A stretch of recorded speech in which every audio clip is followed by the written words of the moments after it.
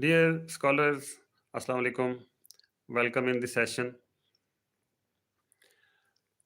Last week we discussed first part of the comparative political culture. Today we discuss its next part. Our discussion is based on a chapter written by Sidney Verba. This chapter is from a book, Political Culture and Political Development. The book is edited by Lucian Pai and Sidney Verba, and it was first published in 1965. Culture and political culture.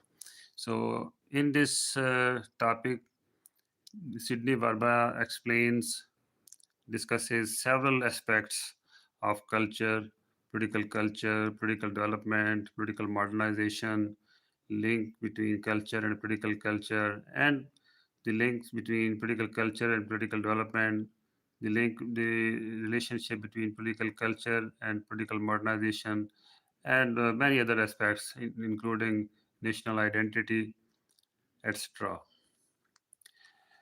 So, Sydney Webber says culture is a very broad idea. Culture includes many different things. It has natural parts and it has artificial parts. Culture covers skills, it covers knowledge, ideas. Culture also covers customs, habits, beliefs. Culture also covers feelings and material objects.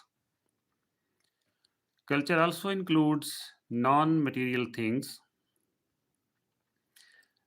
These non material things include different activities, different situations, our thoughts, our behaviors, ways of judging things. It also includes values and norms. So, culture is made of many elements. It is made of knowledge systems, it is made of belief systems. Artistic traditions are also part of culture. Moral and legal principles are in the culture.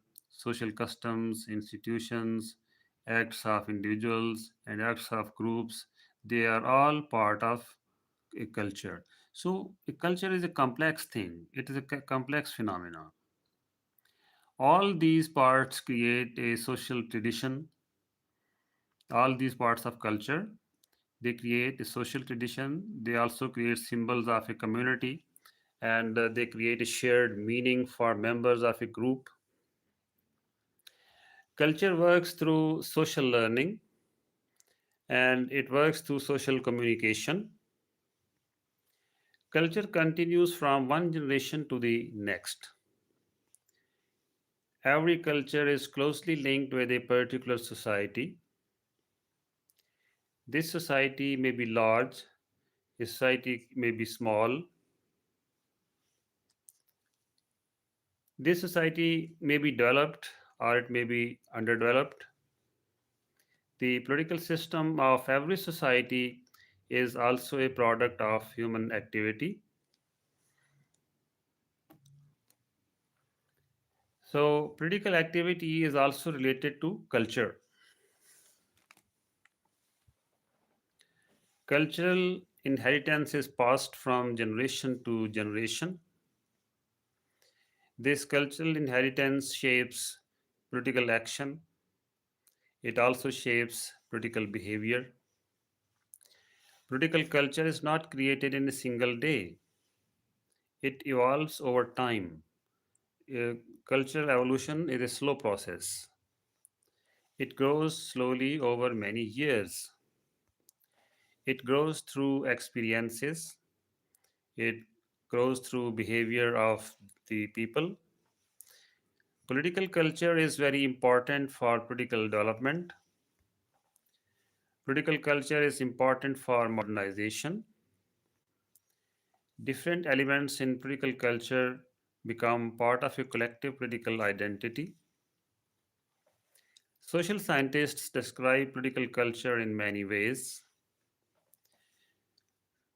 Political scientists often refer to the ideas of Robert Dahl, Gabriel Almond, and Sydney Verba. Scholars say political success and political failure depend a lot on political culture. Political culture plays a decisive role in the performance of political institutions. Gabriel Almond and Sydney Verba paid special attention to political culture. They studied political culture in many countries. They used a comparative approach. They used democratic countries for their study. They discussed five kinds of political systems and they used five countries for comparison. These countries are the United States, Great Britain, Germany, Italy, and Mexico. Armand and Verba said that political culture shows this distribution of political attitudes. Political culture shows the distribution of political attitudes. These attitudes belong to people living in a particular society. Political culture includes the psychological environment of the political system. Political culture is a set of values and beliefs related to politics. These values and beliefs are held by people in a particular society. Political culture is the pattern of individual attitudes toward politics. Pattern of individual attitudes toward politics. Political culture stands for the ways people express political ideas. Political culture shows how people behave in political life. So, political behavior is also part of the political culture. Political psychology is the part of the political culture. Political culture also shows how people respond to politics.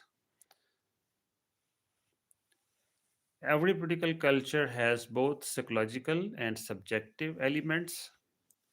Every political culture also has objective elements. Political culture includes people's knowledge about the political system. It also includes people's evaluation of the political system.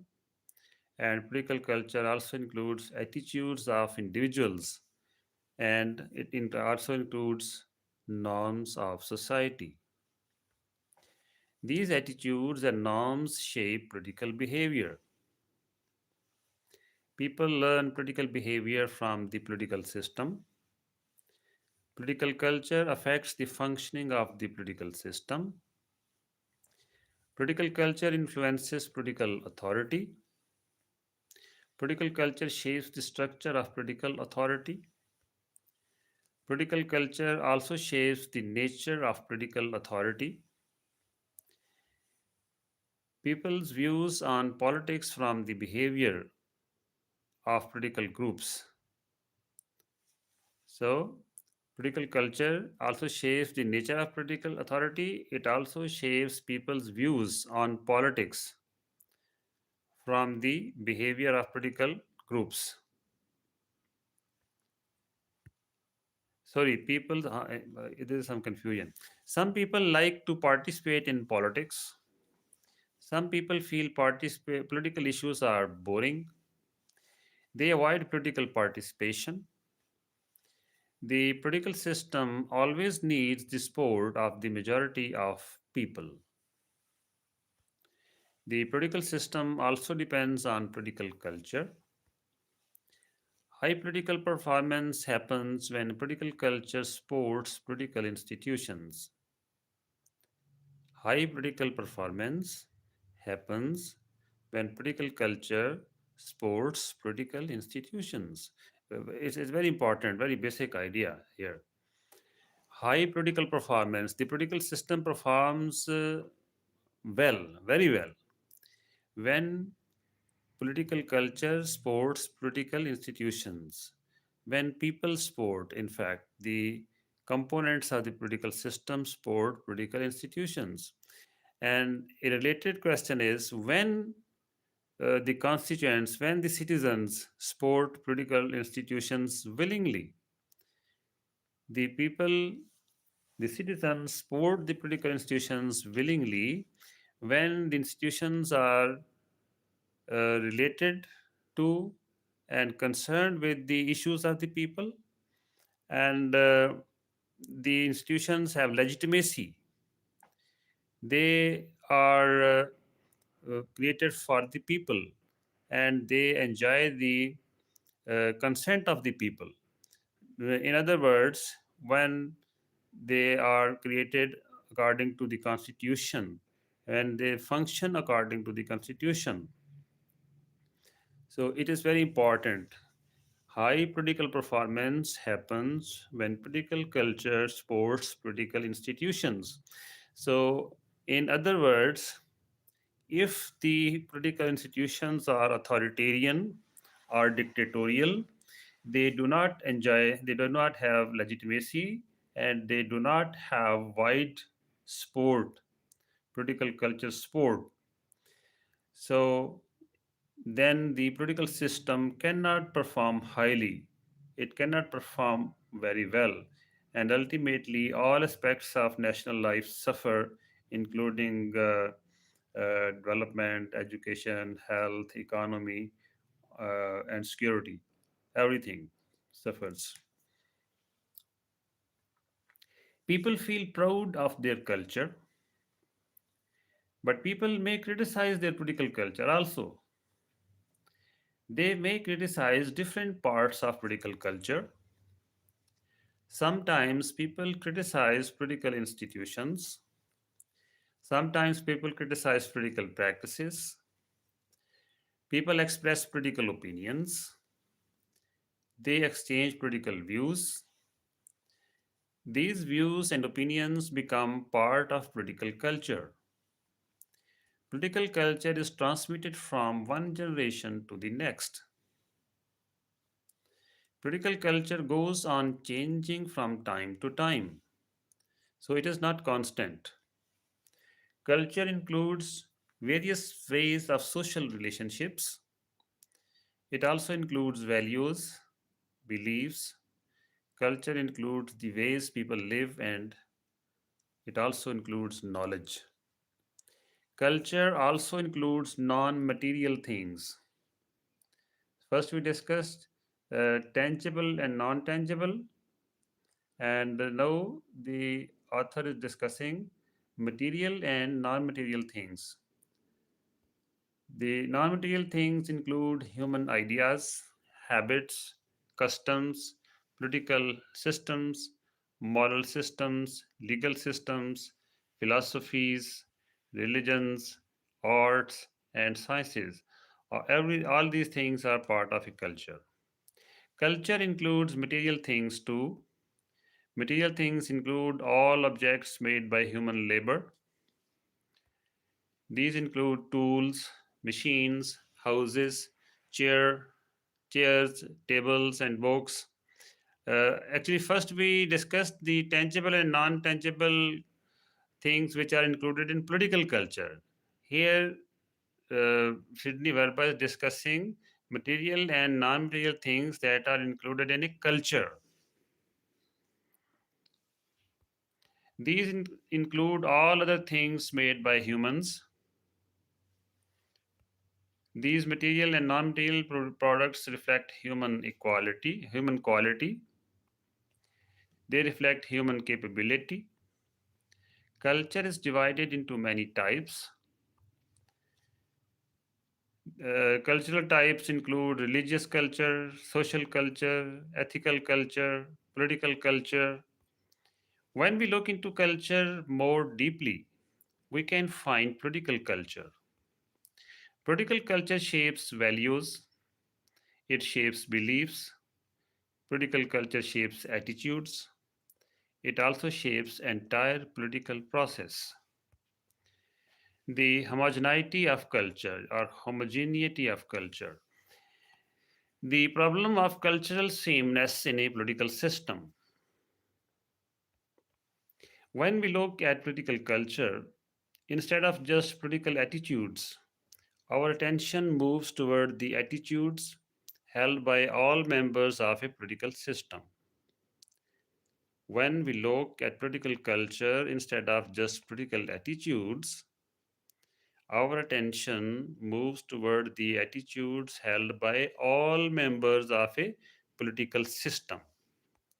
It does not focus only on attitudes held by single individuals. It also does not focus only on attitudes held by specific groups of people. So, political culture, generally, when we talk about political culture, we talk about cultural of the cultural views of the nation, of a whole society. Anthropologists often use the word culture to refer to beliefs that people in a society share with each other. These shared beliefs are also usually special and unique to that group. Our way of using the idea of culture is a bit different. So, Sidney Verba says in this book, the way they have used the culture, it is a bit different. If we look only at shared beliefs, we might miss something important. We might miss cases where some political beliefs are held only by particular groups. And the fact that these beliefs are not shared by everyone might be extremely important. This problem especially appears when we study large and complicated societies like modern nation states. Our way of studying culture begins with a list of belief areas. Our way of studying culture begins with a list of belief areas. These belief areas seem especially important for understanding how political systems work. These belief areas seem especially important for understanding how political systems work. These belief areas are also important for understanding how political systems develop and how flexible political systems are. After choosing these belief areas, we then ask a simple question: do the members of the political system share beliefs in these areas, or do they not? The amount to which basic political attitudes are shared inside a political system becomes an important question. It is also a question with no fixed answer. One major way political cultures differ from each other is in how many basic political attitudes are widely shared by their people. One major way political cultures differ from each other is in how many basic political attitudes are widely shared by their people. Another major way political culture differs Another major way political cultures differ is in the pattern of differences in political beliefs among various groups in society.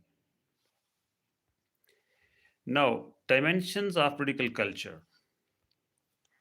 So far, the discussion has mostly explained why the political culture approach is useful.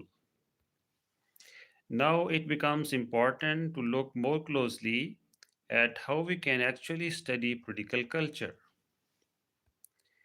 These sections do not give a full, complete theory. Instead, they simply try to highlight a few important dimensions. These dimensions are selected because they help us understand political change and political modernization. When we study these dimensions, we will focus mainly on general political beliefs.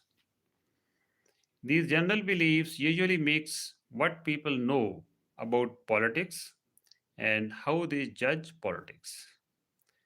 These general beliefs usually mix what people know about politics and how people judge politics. But here, the focus will be a bit more on evaluations.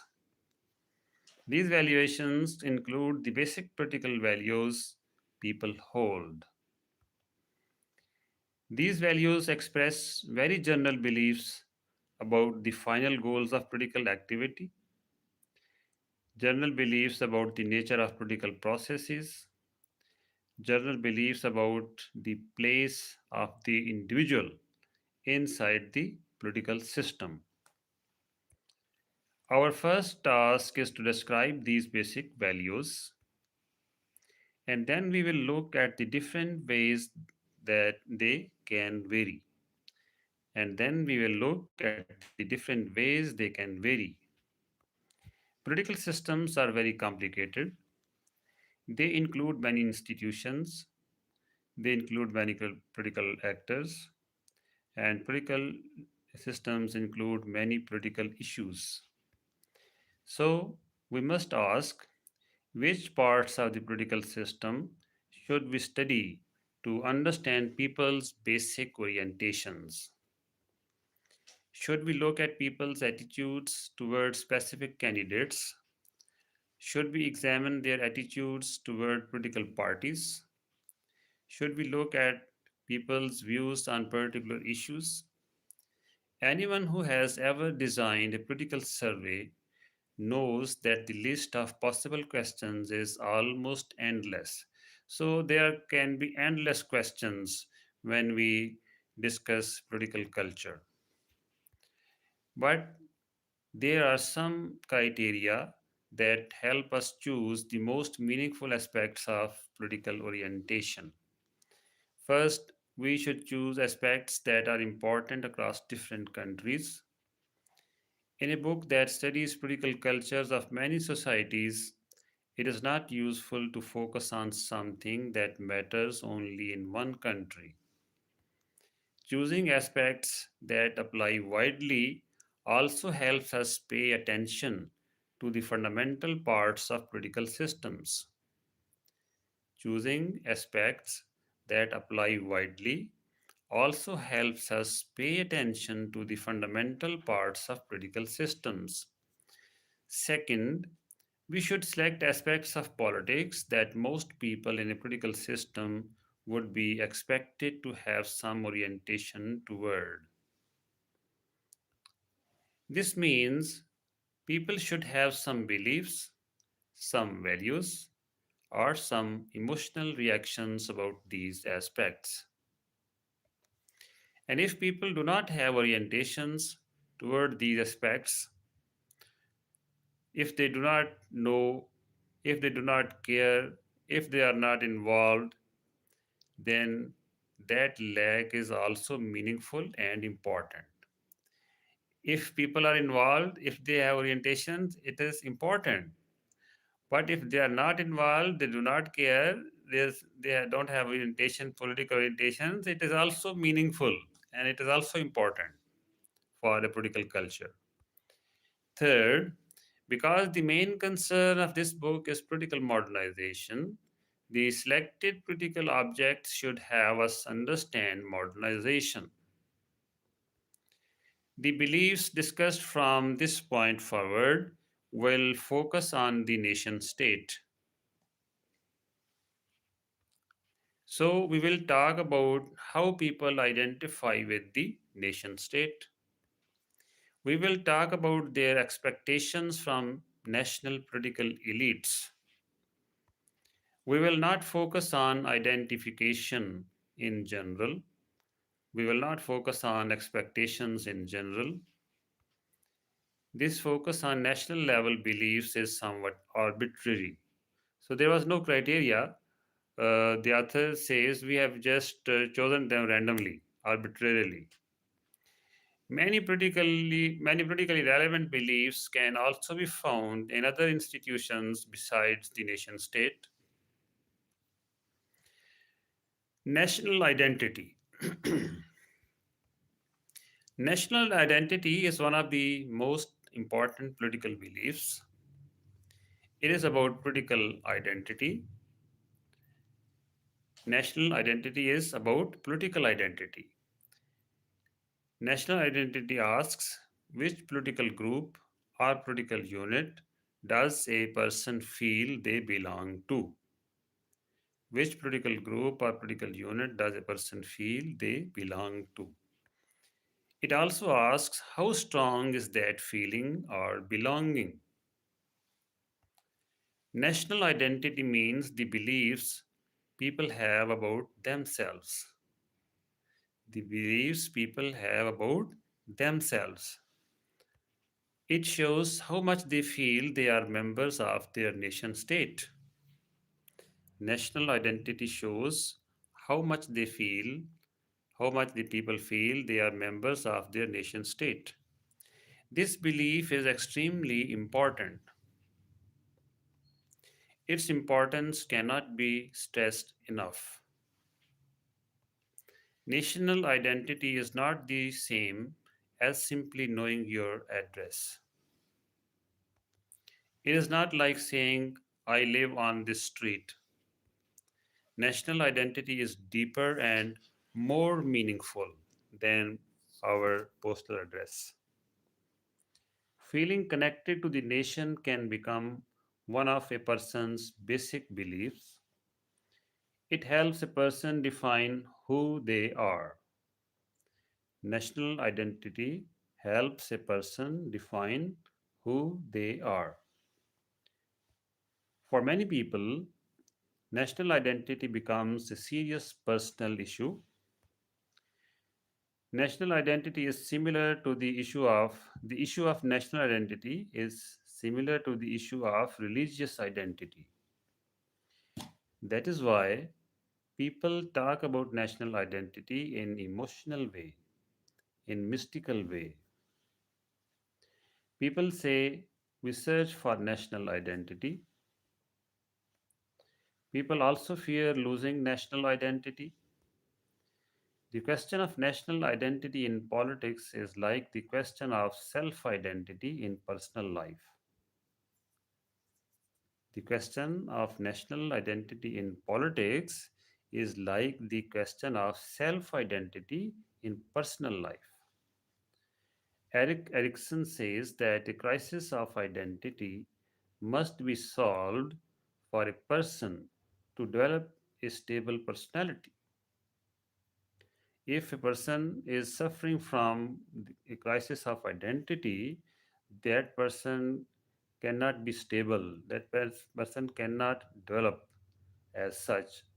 So, Eric Erickson says that a crisis of identity must be solved for a person to develop a stable personality. Lucian Pi shows that this identity crisis also affects leaders in fast changing societies. Similarly, in political culture, the first and most important problem is national identity. Just like the crisis of identity is a major problem in personal life, similarly, the crisis of national identity is a serious problem in political culture. It must be solved before a political culture can support a stable and flexible political system. So, like an individual who is suffering from the crisis of identity cannot develop as a stable person. Similarly, if a political culture is suffering from the crisis of national identity, then it cannot be stable, it cannot perform well. So, it must be solved before a political culture can support a stable and flexible political system. People who live inside a political system are legally part of it. They live within its borders, they are under its laws, but they must also feel they are psychologically part of this political system. They must feel they belong to the political system. Without this feeling, peaceful and organized change is very hard. National identity gives legitimacy to the leaders of the nation. It helps leaders gain the support and commitment of the people. The strongest kind of political commitment is commitment to the political system itself. The strongest kind of political commitment is commitment to the political system itself. This commitment is separate from whether the system performs well or poorly. This loyalty is strong in all situations, whether things go well or badly. Only this kind of stable loyalty allows a political system to survive crises. During periods of rapid social change, many crises can occur. To survive these crises, people must identify with the system. If most people do not feel they belong to the system, strong loyalty cannot develop. Political elites also face the problem of national identity first. If they are unsure, if the political elites are unsure about who they are, they cannot solve other problems of change. Lucian Pai shows that in Burma, the lack of a clear national identity created tensions. These tensions made change more difficult. The identity problem cannot be delayed.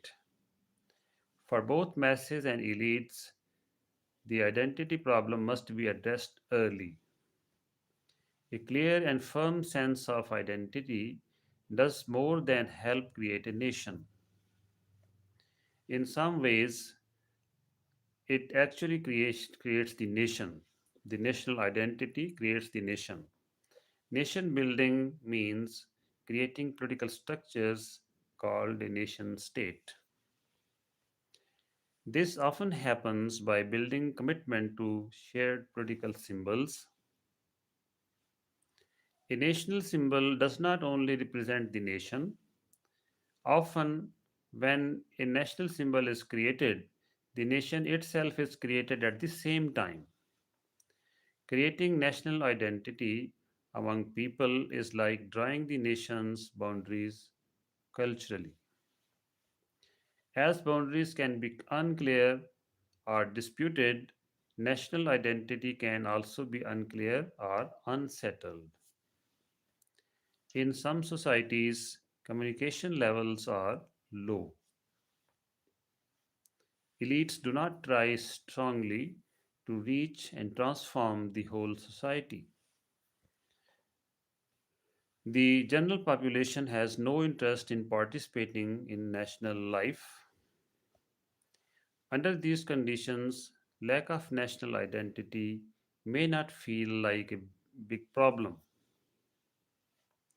A nation can sometimes survive even when people do not identify with it.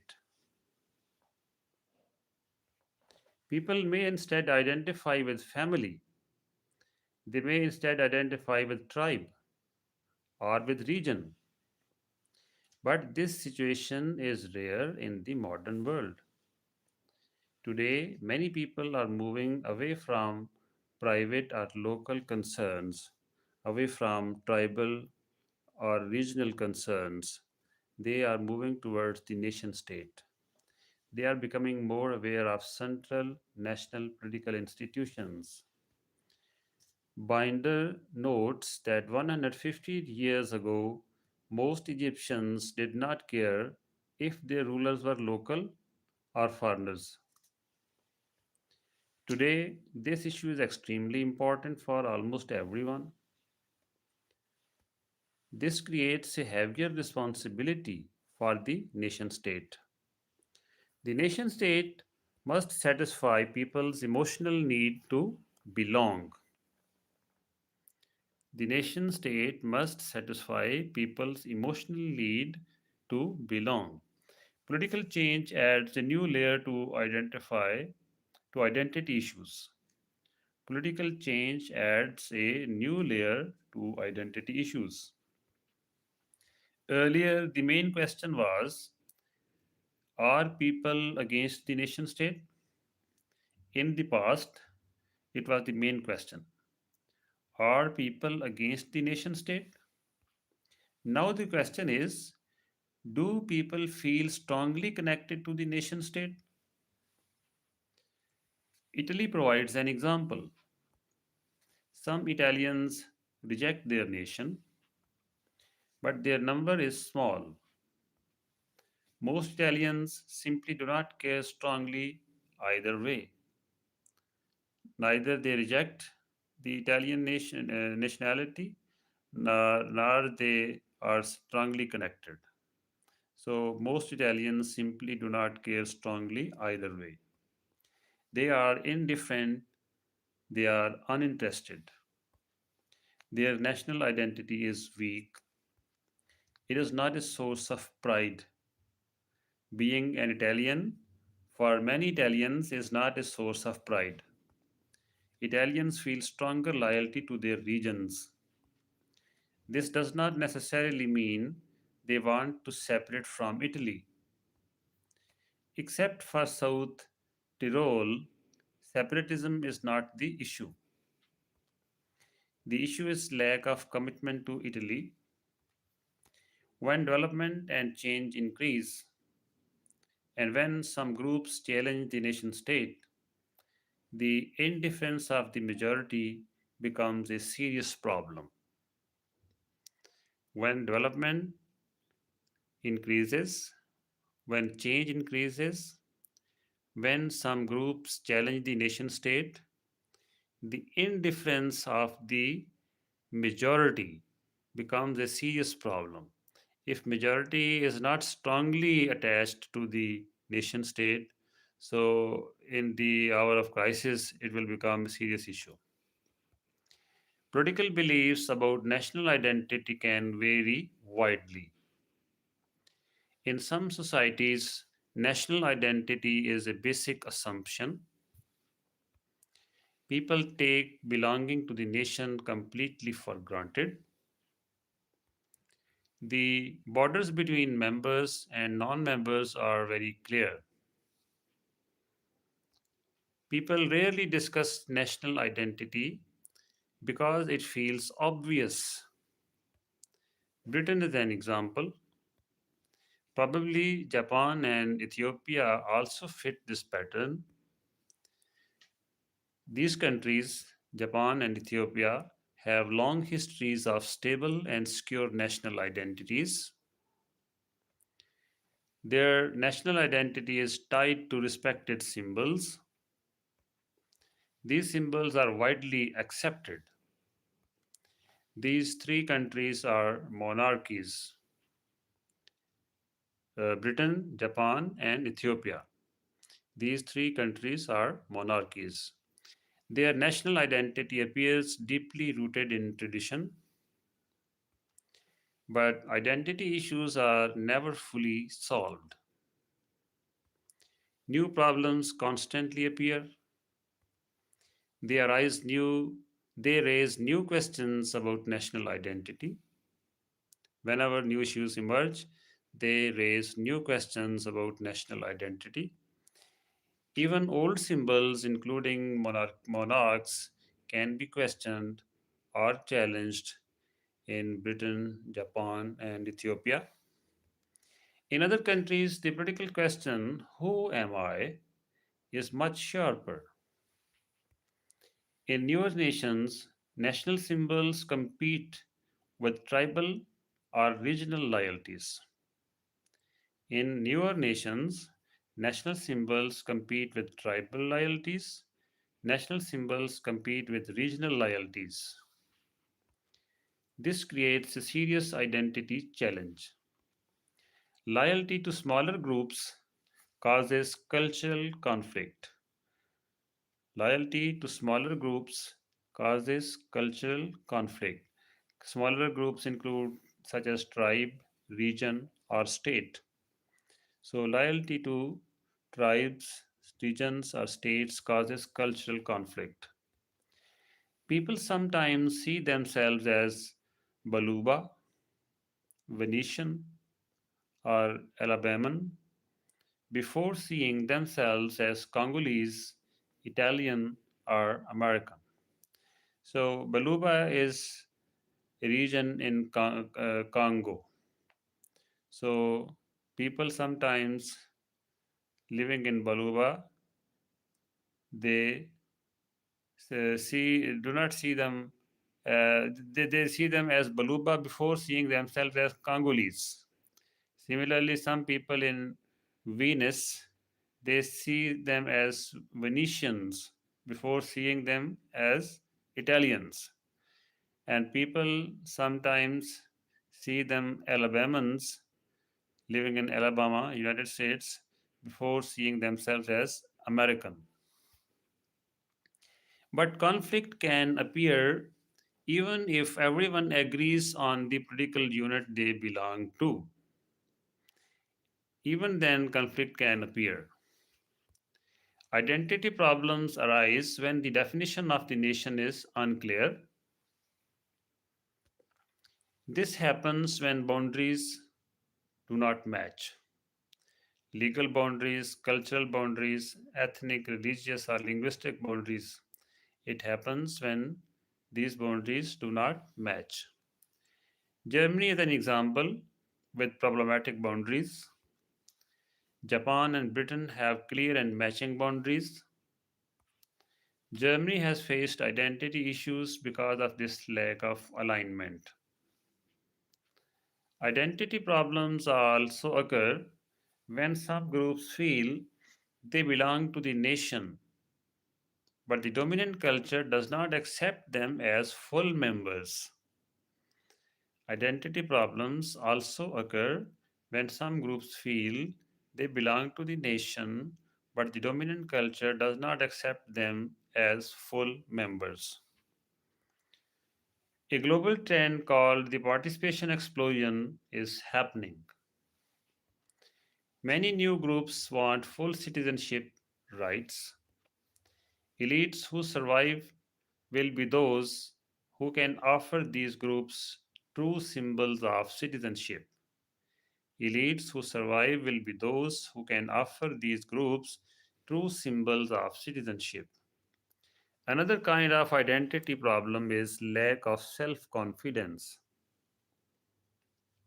People may agree on the nation's boundaries, but they may feel unsure about what their national identity really means. Americans often ask, what does it mean to be an American? British writers rarely ask this question. Germany also has a history of such questioning. Such uncertainty becomes a defining feature of political culture. Nations with unclear identity face serious political consequences. Other issues get pushed aside. Before asking, what kind of nation should we be? People must answer, what is my nation? Before asking the question, what kind of nation should we be? People must answer the question, what is my nation? History shows this pattern. Italy and Germany struggle with unity and independence. Former colonies also struggle with identity. Problems like democracy or reform were delayed until identity issues were resolved. When national identity is weak, people may try to create identity through dramatic actions. When national identity is weak, people may try to create identity through dramatic actions. The dramatic actions may include aggression, they may include nationalism, and they may even include revolutionary acts. Wars and revolutions can quickly shift loyalty away from local groups toward the nation. They can rapidly build commitment to the national system. Once national identity becomes important and loyalty to local groups is no longer enough for elites or masses, different ways of resolving the identity conflict emerge. Once national identity becomes important and loyalty to local groups is no longer enough for elites or masses, different ways of resolving the identity conflict emerge. One solution replaces old loyalties with national loyalty. One solution replaces old loyalties with national loyalty. Loyalty to the state conflicts with loyalty to tribe, region, ethnic group, or even family. This resembles what Apter calls a political religion. In this system, central national symbols become the main objects of loyalty. Another solution is incorporative. In this approach, national loyalty is added, not substituted. Individuals keep multiple loyalties. Loyalty to the nation does not destroy loyalty to tribe, region, or family. So, this point is important in a way for us Pakistanis. Some people, nationalists, are authoritarian mindsets.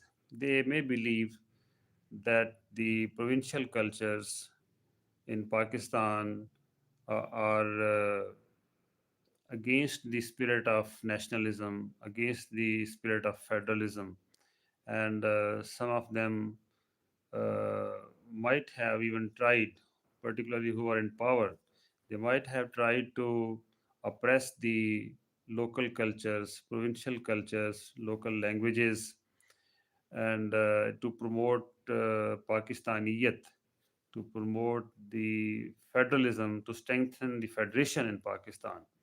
But this incorporative approach is different. It does not see there is a conflict between local cultures and national cultures, or local identity and national identity. National identity can be added to the local identities. So I think it is a more democratic, more humanitarian, more practical approach. We should not see that Punjabi, Sindhi, Balochi, Brahvi, Saraiki, Gilgiti, Balti, Kashmiri identities are against the spirit of Pakistani Federation. They are they can exist side by side, and at the same time we can strengthen Pakistani Federation. And if we give proper space and proper place to the local identities, we nurture them and we own them and we facilitate their spread and their flourishment, those people will be more loyal to the state, which will facilitate the spread of their culture. So, when the state oppresses the local cultures, the people start hating the federation. The sense of disownership develops. But if the federal government, if the federal institutions, they own, they promote the local cultures, local identities, then the people develop a likeness, a love, a patriotic approach for the federation. So with this, thank you. Now I am closing YouTube and joining you on the Google Meet.